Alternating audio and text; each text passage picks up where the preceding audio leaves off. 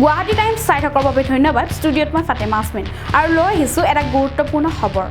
অসমত হিন্দু মুছলমানৰ ৰাজনীতিক লৈ সৰব হৈ উঠিছে অখিল গগৈ।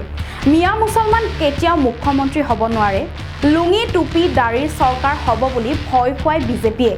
এখন মুছলমান সভাত এনেধৰণৰ মন্তব্য প্ৰদান কৰে বিধায়ক অখিল গগৈয়ে।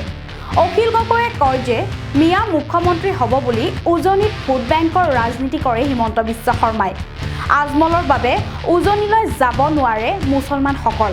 এতিয়া ৰাজনীতিৰ পৰা বিদায় দিব লাগিব মামা আৰু চাচাক। হিন্দু আৰু মুছলমানৰ সাম্প্ৰদায়িকতা আমাক নালাগে বুলি উল্লেখ কৰিছে অখিল গগৈয়ে। ব্ৰহ্মপুত্ৰত উটুৱাই দিম হিন্দু সাম্প্ৰদায়িকতা। ভাই ভাই হিচাপত থাকিব লাগিব হিন্দু মুছলমানসকল। এই মন্তব্য অখিল গগৈৰ। আপোনালোকে কেতিয়াও মুখ্যমন্ত্ৰী হ'ব নোৱাৰে বুলি একাংশ মুছলমানৰ আগত মন্তব্য কৰে অখিলে। আৰু আজমল মুখ্যমন্ত্ৰী হ'লে কি কৰিব মুছলমানৰ বাবে, এই প্ৰশ্ন কৰে অখিল গগৈয়ে। আজমলৰ বাবে মুছলমানসকল উজনিলৈ যাব নোৱাৰে, সেইবাবে আমি মামা আৰু চাচাক ৰাজনীতিৰ পৰা বিদায় দিম আৰু ভাই ভাই সাম্প্ৰদায়িকতা বজাই ৰাখিম বুলি মন্তব্য প্ৰদান কৰে একাংশ মুছলমান লোকৰ আগত। আমাৰ হাতত মন্তব্য আছে, আপোনালোকলৈ আগবঢ়াইছোঁ। টুপি দাড়ি লুঙিৰ চৰকাৰ হ'ব হয়নে নহয়? অসমত মুছলমানে চৰকাৰ কৰিব পাৰিব নেকি? পাৰিব নেকি? মিয়া মানুহে চৰকাৰ কৰিব পাৰিব? মিয়া মানুহ চিফ মিনিষ্টাৰ হ'ব পাৰিব? নোৱাৰে। তেতিয়াহ'লে কেলে কৈ দিয়ে? তেতিয়াহে উজনি অসমত ভোটটো হিমন্তত কৰিব, হয় নাই?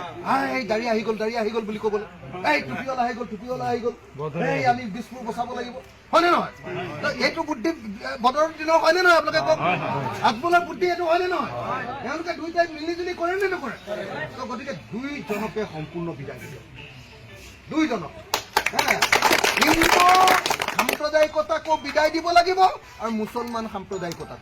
মোক আপোনালোকে বেয়া পালেও পাব দেই, মুছলমান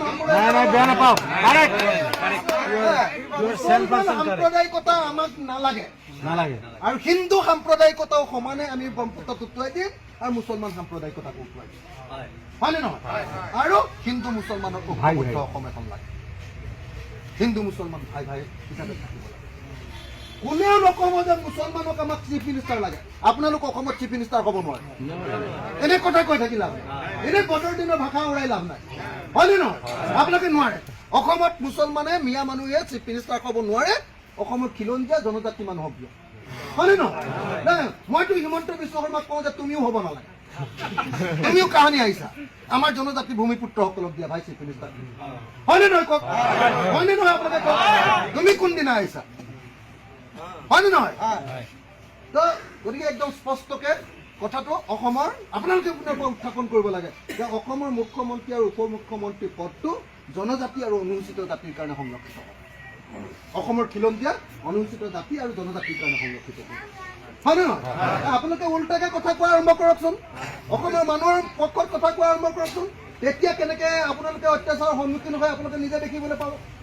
এতিয়া বদৰুদ্দিনে কৈ থাকিব এই আমি লুঙি দাড়ি চৰকাৰ বনাবলৈ গৈ আছো, বদৰুদ্দিন কিয় মুখ্যমন্ত্ৰী হ'ব নোৱাৰিব? এই বদৰুদ্দিনে মুখ্যমন্ত্ৰী হৈ কি কৰিব আপোনালোকৰ কাৰণে?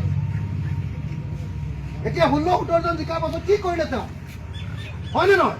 কিবা এটা কাম আপোনালোকৰ কাৰণে কৰিলে নেকি কওকচোন? নাই কৰা। হস্পিটেলো যদি বনাইছে এইটো সুজাইহে বনাইছে, হয়নে নহয়? এনে কৈ থাকিতো লাভ নাই। মানে তেওঁৰ ৰাজনীতিৰ কাৰণে আপোনালোকে মাৰ খাইছে, আপোনালোকৰ পিঠিত মাৰ পৰিছে, হয়নে নহয়? কওক, উজনিলৈ যাব নোৱাৰে, গুৱাহাটীলৈ যাব নোৱাৰে, বেংগলোৰলৈ যাব নোৱাৰে, কাৰ কাৰণে? মামা আৰু চাচাৰ কাৰণে, হয়নে নহয়? দুইজনৰ কাৰণে, হয়নে নহয়?